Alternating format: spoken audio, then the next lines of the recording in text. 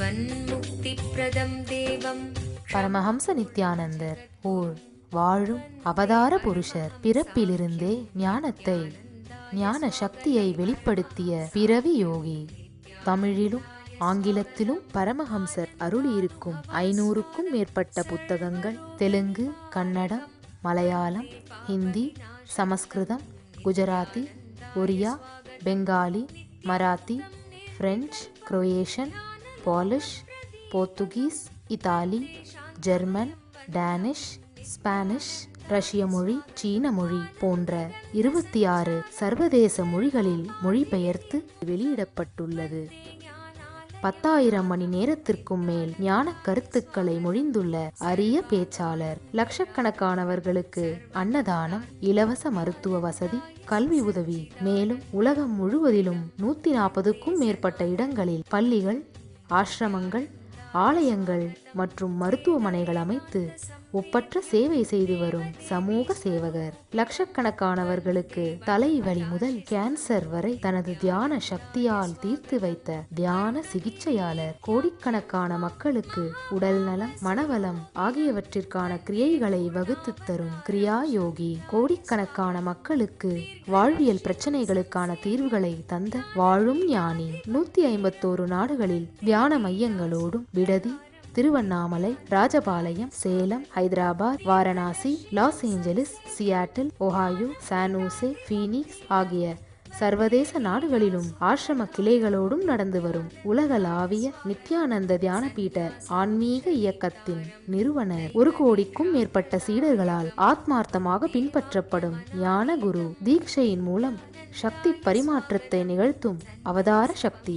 பாரம்பரிய யோக கலையை ஆயிரக்கணக்கான யோக மையங்கள் மூலம் உலகமெங்கும் எடுத்துச் சென்ற நவீன கால யோகி. லட்சக்கணக்கான மக்களுக்கு குண்டலினி சக்தியை உயிர்ப்பித்து அஷ்ட சித்திகளை அருளும் அஷ்டமா சித்திதாயகன். இந்தியாவில் பெங்களூரு, ஹைதராபாத், திருவண்ணாமலை மற்றும் சர்வதேச நாடுகளில் Los Angeles, San Jose, Seattle, Toronto, Ohio, Oklahoma, Phoenix, Saint Louis, Malaysia, Brazil, Paris, குவாடிலு, Dallas, New York, New Jersey, Atlanta, Calgary, Vancouver, Singapore என்று உலகம் முழுவதும் வைதீக ஆலயங்களை அமைத்து வேத கலாச்சாரத்திற்கு மறுமலர்ச்சி அளித்த ஆன்மீக சுடர். லட்சக்கணக்கான இளைஞர்களின் எதிர்காலத்திற்கு வழிகாட்டியாய் திகழும் ஒரே இளம் குரு. உலகிலேயே இணையதளத்தின் மூலம் அதிகமாக பார்க்கப்படும் ஆன்மீக குரு. அரசியல் துறையிலும் ஊடகத்துறையிலும் ஊடுருவியிருக்கும் நாத்திக ரவுடி கும்பல்களால் தொடுக்கப்பட்ட மத தாக்குதலையும் தாண்டி ஒப்பற்று ஒளிரும்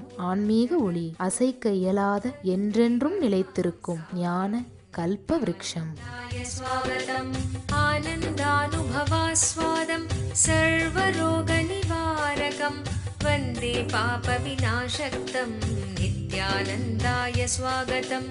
நித்யமுக்தம் நிர்விகல்பம் தியானலோக பிரதீபகம் வந்தே சாந்தமயம் பந்தம் நித்யானந்தாய ஸ்வாகதம். ஆனந்தகந்த சஞ்சாரம் சர்வோபாதி விநிர்முக்தம் வந்தே ஞானாலயம் நாதம் நித்யானந்தாய ஸ்வாகதம். சக்தி வாய்ந்த மகாருத்ரஹோமம் மற்றும் ருத்ராபிஷேகம். ருத்ரர் என்றால் பாவங்களிலிருந்தும் துக்கங்களிலிருந்தும் விடுவிப்பவர் என்று பொருள். சிவபெருமானே ருத்ரர் எனப்படும் புதுப்பிக்கும் கடவுளாக அருளுகின்றார். வேதங்களின் மத்தியில் இந்த ருத்ரம் அமைந்துள்ளது. பஞ்சபூதங்களில் ஒன்று அக்னி. அந்த அக்னியின் மூலம் இறைவனை வழிபடுவது ஹோமம் எனப்படுகிறது. புதுப்பிக்கும் கடவுளான ருத்ரரை பிரார்த்தித்து ருத்ரஹோமம் செய்யப்பட்டது. பல்வேறு சித்த மூலிகைகளை கொண்டு செய்யப்படும் ஹோமத்தின் இந்த காற்றை சுவாசிப்பவர்களுக்கு நோய்களை குணப்படுத்தி ஆரோக்கியத்தை அளிக்கிறது. ருத்ரஹோமத்தின் தொடர்ச்சியாக ருத்ராபிஷேகம். சக்தி வாய்ந்த ருத்ர மந்திரங்களை ஓதிக்கொண்டே ஸ்ரீ நித்யானந்தேஸ்வரருக்கு புனித அபிஷேக பொருட்களால் அபிஷேகம் செய்து வழிபடுவதே ருத்ராபிஷேகம். ஒரு வாழும் ஞானியால் செய்யப்படும் சக்தி வாய்ந்த ருத்ராபிஷேகத்திற்கு நம்முடைய நேர்மறையான பிரார்த்தனைகளை நிறைவேற்றும் சக்தி உண்டு. பிரத்யக்ஷ பாத பூஜை. சக்தோ ந சாபி சக்தோ வா தைசிகாங்கிரி சமாஸ்ரயः தஸ்ய ஜன்மாஸ்தி சபலம் போகமோக்ஷ பலப்ரதம். சக்தி உள்ளவனாயினும் சக்தி அற்றவனாயினும் யார் ஒருவர் குருவின் திருப்பாதங்களை சரணடைகின்றானோ அவருடைய பிறப்பு முழுமையடைகிறது. இது குருகீதை சொல்லும் சத்தியம். பாவங்களை கரைக்கும் பாதம், அஞ்ஞானத்தை களையும் பாதம், பிறவி கர்மங்களை தீர்க்கும் பாதம், வேண்டும் வரங்களை அருளும் பாதம், அறுதி ஞானத்தை அளிக்கும் திருப்பாதமே குருபாதம். இத்துணை சக்திகள் நிறைந்த குருவின் திருப்பாதத்திற்கு பாத பூஜை செய்வது நம் வாழ்நாளில் கிடைத்தற்கரிய பாக்கியம். நம் வாழ்வில் எல்லா வளங்களையும் அருளிய குருநாதருக்கு நம் இதயத்தின் ஆழத்திலிருந்து நன்றிகளை காணிக்கையாக்குவதே பிரத்யக்ஷ பாத பூஜையின் தாத்பரியம்.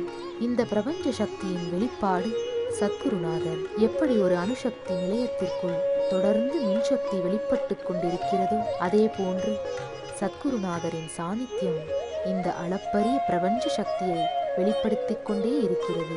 அந்த ஆழமான சக்தியின் சாநித்தியத்தில் தொடர்ந்து 42 நிமிடங்கள் உங்களின் உடல், மனம், உணர்வு மூன்றையும் சரணாகதி செய்து பூஜிக்கும் பொழுது உங்களின் நேர்மறையான பிரார்த்தனைகள் நிறைவேறுவதற்கான ஒரு வாய்ப்பாக இந்த பாத பூஜை இருக்கிறது. மேலும் எப்போதும் நிர்விகல்ப சமாதியிலேயே வாழும் சக்தி வாய்ந்த சத்குருநாதரின் சாநித்தியம் உங்களையும் அதே மனம் கடந்த நிர்விகல்ப நிலைக்குள் எடுத்துச் செல்கிறது. புனிதத்துவம் வாய்ந்த பூஜை பொருட்களை கொண்டு ஆத்மார்த்தமாக பூஜிக்கும் பொழுது உங்கள் ஜீவன் முழுவதும் அமைதியாலும் ஆனந்தத்தாலும் நிறைந்து வளர்கிறது. சத்குருநாதரிடமிருந்து பெரும் தீட்சையும் ஆசீர்வாதமும் உங்கள் வாழ்வில் எல்லா வளங்களையும் தந்து உங்களை ஜீவன் முக்தனாக வாழ வைக்கிறது. பூமியில் பூத்திருக்கும் ஒவ்வொரு ஜீவனும் குருவின் திருவடி மூலம் இறைவனின் திருவடி சேர கிடைக்கும் ஓர் அற்புதமான தருணம்.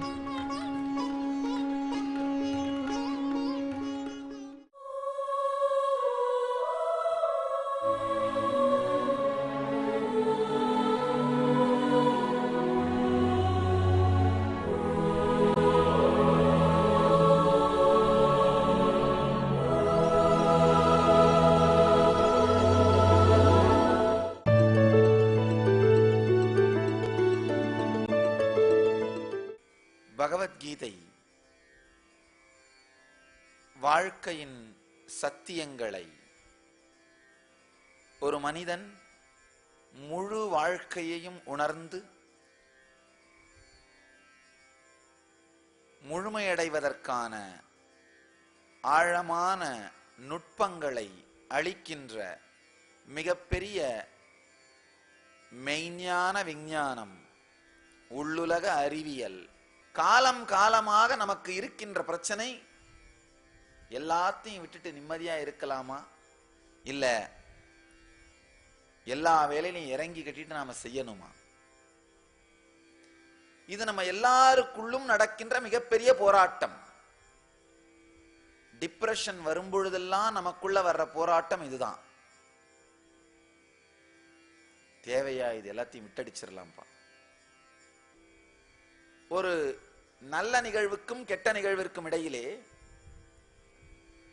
சுகத்திற்கும் துக்கத்திற்கும் நடுவிலே விளையாடுகின்ற ஊசலாடுகின்ற மன அமைப்பு நம்முடைய மன அமைப்பு, வாழ்க்கை அமைப்பு நம்முடைய வாழ்க்கை அமைப்பு. மனித வாழ்க்கையில் அதிக அளவு நாம் சந்திக்கின்ற மிகப்பெரிய கேள்வி, இவைகள் எல்லாவற்றின் நடுவிலும் கர்மங்களை செய்வதா அல்லது எல்லாவற்றையும் விட்டுவிட்டு எல்லாவற்றையும் துறந்துவிட்டு அமைதியாக இருப்பதா? நம்ம எல்லோருடைய வாழ்க்கையிலுமே இருக்கின்ற மிகப்பெரிய பிரச்சனை இது. ஏன்னா எப்பொழுதெல்லாம் வாழ்க்கையின் சூழ்நிலைகளாலே, துக்கத்தின் சூழ்நிலைகளாலே நாம் தாக்கப்படுகிறோமோ அதை நாம் எதிர்கொள்ள வேண்டி இருக்கின்றதோ அப்பொழுதெல்லாம் ஆமை தன்னுடைய கால்களையும் தலையையும் உள்வாங்குவது போல நம்முடைய உணர்வு இந்த உடலுக்குள்ளே அடங்க துவங்குகிறது.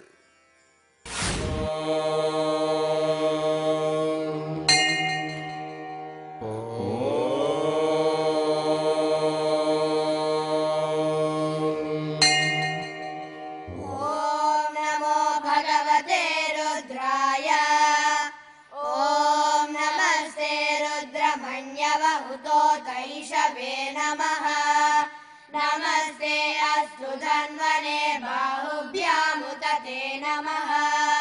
या तैषु शिवतमा शिवं बभूव ते धनुः शिवा शरव्याया तव तया नो रुद्रमृडया। या ते रुद्र शिवा तनूरघोरा पापकाशिनी तया नस्तनुभाषन्तमया गिरिशन्ताभिजादशीः यामिषं गिरिशन्तः. நாம நினைப்பதும் நடப்பதும் சுகமாக செல்கின்றவரை வாழ்க்கையில் சுமூகம், பிரச்சனை இல்லை. ஆனா எப்பொழுதாவது வாழ்க்கை நமக்கு ஆழமான பாடங்களை கொடுக்கும் பொழுது, நாம நினைக்கிற கோணத்தை தாண்டி அது தன்னுடைய வேகத்தை, தன்னுடைய முறையை, தன்னுடைய நிஜத்தை நடத்தும் பொழுது அப்ப நமக்கு உருவாகிற மன அழுத்தமும் மன உளைச்சலும் வாழ்க்கையை பற்றி நாம் வைத்திருக்கின்ற எல்லா கருத்துக்களையுமே மீண்டும் ஒரு முறை ஆழ்ந்து சிந்திப்பதற்கு தூண்டுகின்றது. துக்கம் வரும்பொழுதுதான் வாழ்க்கையை பற்றி நாம் வைத்திருக்கின்ற கருத்துக்களை மீண்டும் ஆழ்ந்து சிந்திக்க துவங்குகின்றோம். அப்ப நமக்கு ஏற்படுற மிகப்பெரிய பிரச்சனை, மிகப்பெரிய கேள்வி, இந்த வேலையெல்லாம் தேவையா? எதுக்காக இதெல்லாம் செஞ்சிட்டு இருக்கிறோம்? நீங்கள் எந்த துறை சார்ந்தவராக இருந்தாலும், எந்த வேலையை செய்பவராக இருந்தாலும், உங்களுக்குள் மீண்டும் மீண்டும் எழுகின்ற கேள்வி, இவ்வளோ எல்லாம் செஞ்சு நான் என்ன பண்ண போறேன்? கடைசியில எதுக்காக இதெல்லாம் செஞ்சிட்டு இருக்கிறேன்? இந்த கேள்வி நம்ம எல்லாருக்குள்ளுமே எழுவது. சாதாரண ஒரு விவசாயியாக இருந்தாலும், குடிமகனாக இருந்தாலும், அல்லது அரசியல் செய்கின்ற கோமகனாக இருந்தாலும், எல்லோருக்குமே ஏன் இதை நான் செய்ய வேண்டும்? ஏன்னா வாழ்க்கையில டிப்ரெஷன் வரும்பொழுதெல்லாம், மன அழுத்தம் வரும்பொழுதெல்லாம், மன உளைச்சல் வரும்பொழுதெல்லாம், இதெல்லாம் செஞ்சு என்னப்பா பண்ண போறோம்? கடைசியில இதனால என்ன வருது நமக்கு அப்படின்ற ஒரு கேள்வி வந்தே தீரும். ஏன்னா இதுக்கெல்லாம் சென்சிட்டிவா இருக்கிறவங்க அந்த கேள்வி எழும்பொழுது அதுக்கு பதில் கண்டுபிடிக்க முயற்சி பண்றார்கள். சில நேரத்தில் இந்த கேள்விகளுக்கே இன்சென்சிட்டிவா நம்ம போயிடுறோம். இந்த கேள்வி எழுகின்ற அளவுக்கு கூட நம்முடைய குரல்களை நாம் கேட்பதில்லை. மற்றவர்கள் நம் மீது திணித்த குரல்களை வைத்துக் கொண்டே வாழுகின்றோம். மற்றவர்கள் நம் மீது திணித்த ஆயிரக்கணக்கான குரல்கள் இருக்கு. வாழ்க்கைன்னா இதுதான், வாழ்க்கை இப்படித்தான் போகணும், இப்படி போனாத்தான் வெற்றி, அப்படின்னலாம் ஆயிரக்கணக்கான குரல்கள் நம் மீது திணிக்கப்பட்டிருக்கின்றது. இந்த குரல்களையே, இந்த குரல்களை நம்பியே வாழ்ந்து விடுகிறோம். அந்த குரல்கள் அடங்கவில்லைன்னா நமக்கு உள்ள இருக்கிற குரல்கள், நமக்குள்ள இருக்கிற நம்முடைய சொந்த குரல் நமக்கே கேட்பதில்லை. பெரும்பாலான நேரத்துல மற்றவர்கள் நம் மீது திணித்த குரல்களையே நாமும் மற்றவர்கள் மீது திணித்துக் கொண்டிருக்கிறோம். அனுபூதி இல்லாதவனுடைய வாழ்க்கை, தன்னுடைய வாழ்க்கையில் தானே சுயமாக எழுந்து நின்று தானே சிந்தித்து தன்னுடைய உள்ளுலகத்தை உருவாக்கி கொள்ளாதவனுடைய வாழ்க்கை, இந்த செல்ஃப் மேட் மேன் சொல்லுவோம் சமூகத்துல. வெளி உலகத்துல செல்ஃப் மேடா பலாயிரம் பேர் இருக்காங்க. அதாவது ஆரம்பத்துல இருந்து நானே உழைச்சி எல்லாத்தையும் என் வாழ்க்கையில உருவாக்குன சாமி, நானே பணம் சம்பாதிச்ச சாமி, எந்த பணமும் இல்லாம எந்த பூர்வீக சொத்தும் இல்லாம நானே என்னை உருவாக்கிட்டேன், செல்ஃப் மேட் மேன் சொல்லுவோம். பல பேர் வெளி உலகத்துல செல்ஃப் மேட். ஆனா உள்ளுலகத்துல செல்ஃப் மேடா இல்லாதவரை முழுமைத்தன்மை வருவதில்லை. வெளி உலகத்துல செல்ஃப் மேடா இருக்கவங்க எல்லாம் கூட உள்ளுலகத்துல யாரோ பல பேருடைய கருத்துக்களைத்தான் வாழ்ந்து கொண்டிருக்கிறோம். உள்ளுலகத்துல செல்ஃப் மேடா இருக்கிறது இல்ல.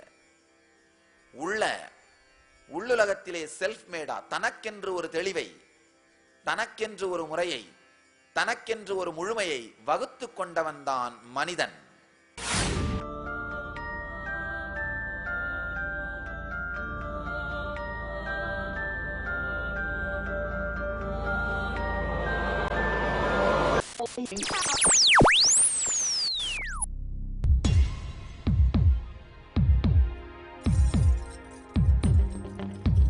தீராத நோயிலிருந்து விடுபட வேண்டுமா?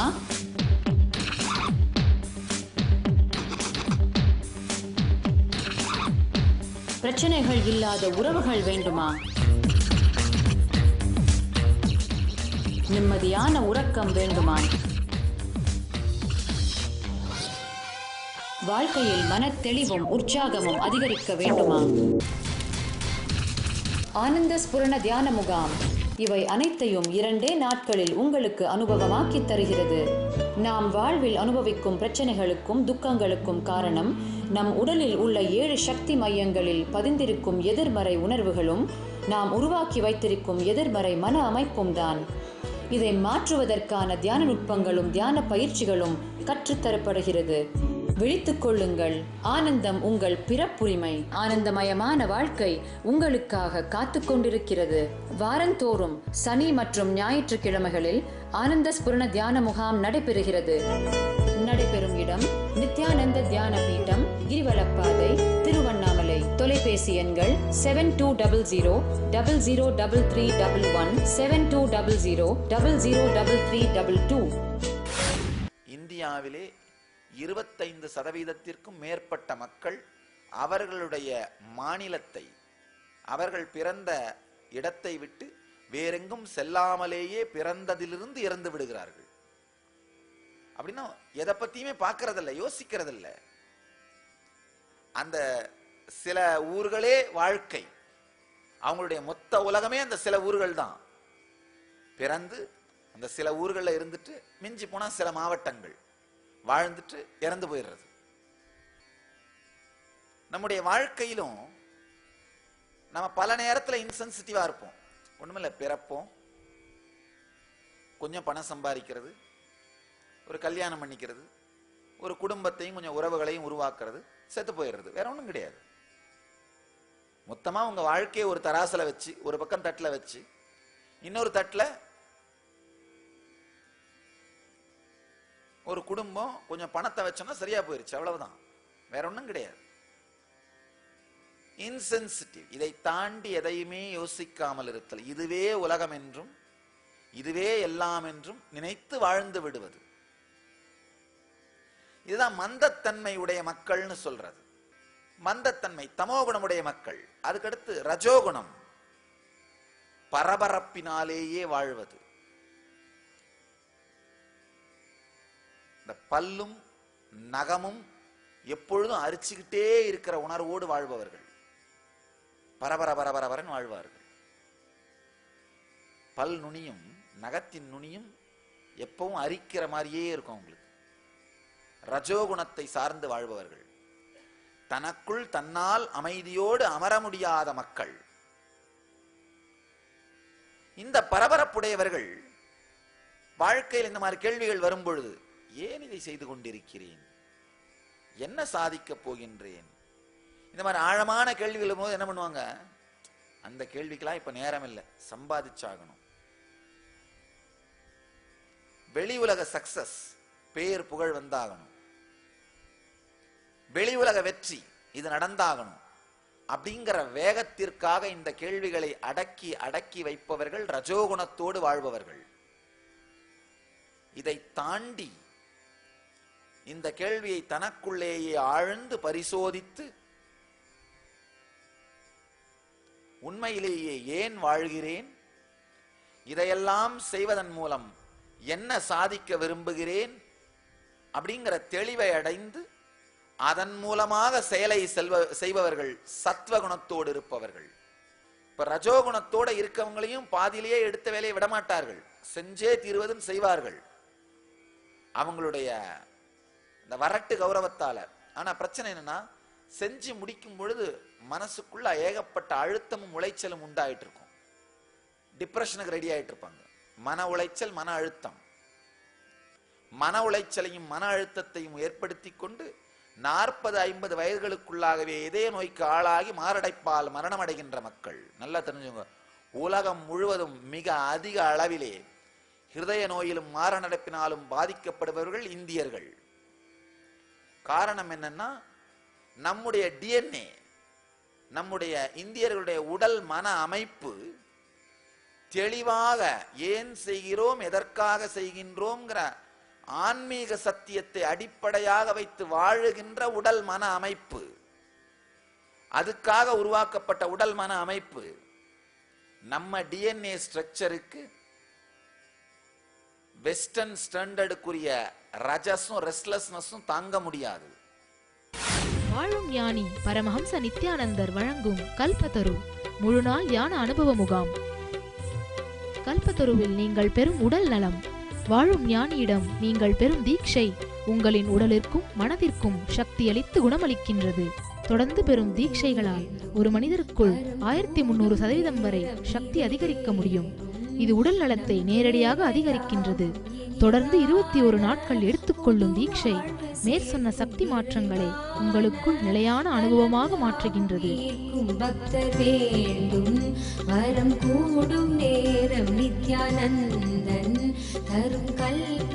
மேலும் விவரங்களுக்கு நித்யானந்த தியான பீடம், கிரிவலப்பாதை, திருவண்ணாமலை. தொலைபேசி எண்கள் 7200003311, 7200003322, www.nityananda.org. ஆனா நாமெல்லாம் என்ன ஆயிட்டோம், இந்திய உடலோடும் மேலை நாட்டு மனத்தோடும் வாழுகின்ற மனிதர்களாக மாற முயற்சிக்கிறோம். அவங்களுடைய மன அமைப்போடு உங்களுடைய உடலால் இயங்க முடியாது. ஃபோர்ஸ் பண்ணும் பொழுது ஃபீஸ் போறதுதான் நமக்கு வர ஹார்ட் அட்டாக். அளவுக்கு மீறி ஃபோர்ஸ் பண்ணிக்கிட்டே இருக்கும்போது என்ன ஆகுது, ஃபீஸ் போயிருது. நம்ம எல்லாருக்குமே வருகின்ற ஒரு முக்கியமான கேள்வியை இங்கு எம்பெருமான் ஆராய்கின்றார் ஸ்ரீகிருஷ்ணர். ஒரு விதம் முறையாக தெரியாததனாலே நாம் தான் செய்கிற செயல்களுடைய தன்மை, குணம், அதனுடைய விளைவு, இதை பற்றிய சத்தியங்கள் தெளிவாகாததனாலே மன அழுத்தத்தையும் மன உளைச்சலையும் உருவாக்கி கொண்டு துக்கத்தை அடைபவர்கள். அது ஒரு புறம். இன்னொரு புறம், தான் எதையும் செய்யாமல் இருப்பது மட்டுமல்லாமல் மற்றவர்கள் செய்வதை பார்த்து, அடைவதை பார்த்து, வெளியிலிருந்து பார்த்து பொறாமையாலே கொந்தளித்து துக்கத்தில் ஆழ்ந்து ஒழிவது. கிருஷ்ணன் இந்த இரண்டாவது தர மக்களை பற்றி இங்கு சொல்லுகிறார். வெறுமனே வேலை செய்யாமல் இருப்பதனால் ஆழ்ந்த அமைதியும் ஜீவன் முக்தியும் துக்கத்தை தாண்டிய வாழ்க்கை முறையும் அமைவதில்லை. அதனால ஒண்ணு நடந்துராது. அதே மாதிரி தான் செய்கின்ற செயல்களை பற்றி தனக்கே செயல்கள், அதனுடைய விளைவு, அதனுடைய முறை, இதை பற்றி தனக்கே ஒரு தெளிவில்லாமல் செயல்களை செய்கின்றவனும் நிம்மதியாக இருப்பதில்லை, அமைதியை அடைவதில்லை. வேலை செய்யாமலே இருந்து விடுகின்றவனுக்கும் அமைதி வந்து விடுவதில்லை. அமைதி எப்ப யாருக்கு வரும்?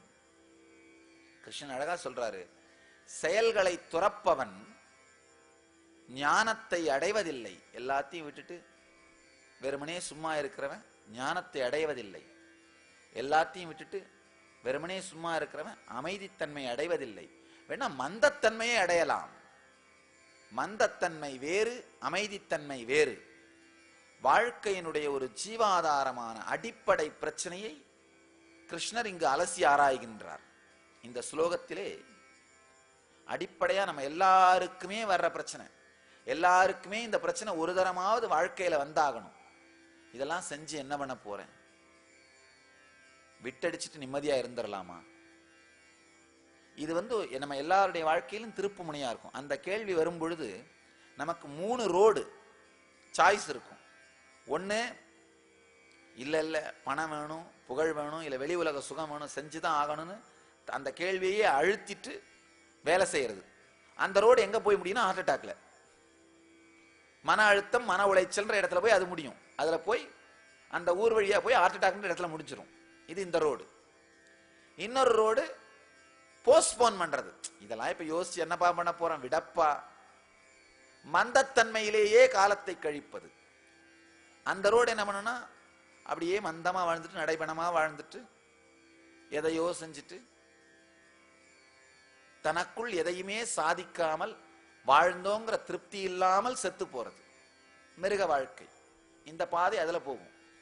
மூன்றாவது முக்கியமான பாதை தான் செய்கின்ற செயல், அதன் நோக்கம், அதன் பக்க விளைவு, அதன் முறை, இவைகளை பற்றிய தெளிவை ஏற்படுத்தி கொண்டு அந்த தெளிவினாலே பிறக்கின்ற உற்சாகத்தினால், சக்தியினாலே இயங்குவது. இதுதான் மூன்றாவது பாதை. இது வெளி உலக வெற்றி, உள்ளுலக ஜீவன் முக்தி அப்படிங்கிற இடத்துல போய் முடியும். உங்கள் எல்லோரையும் நித்யானந்தத்தில் நிறைந்து, நித்யானந்தத்தில் மலர்ந்து, நித்யானந்தத்தில் கரைந்து, நித்யானந்தமாகிட ஆசீர்வதிக்கின்றேன். நன்றி. ஆனந்தமாக இருங்கள். நித்யானந்த தியானபீடம், நித்யானந்தபுரி ஆஃப் மைசூர் ரோடு, விடுதி, பெங்களூர். 9742203311 08027202084.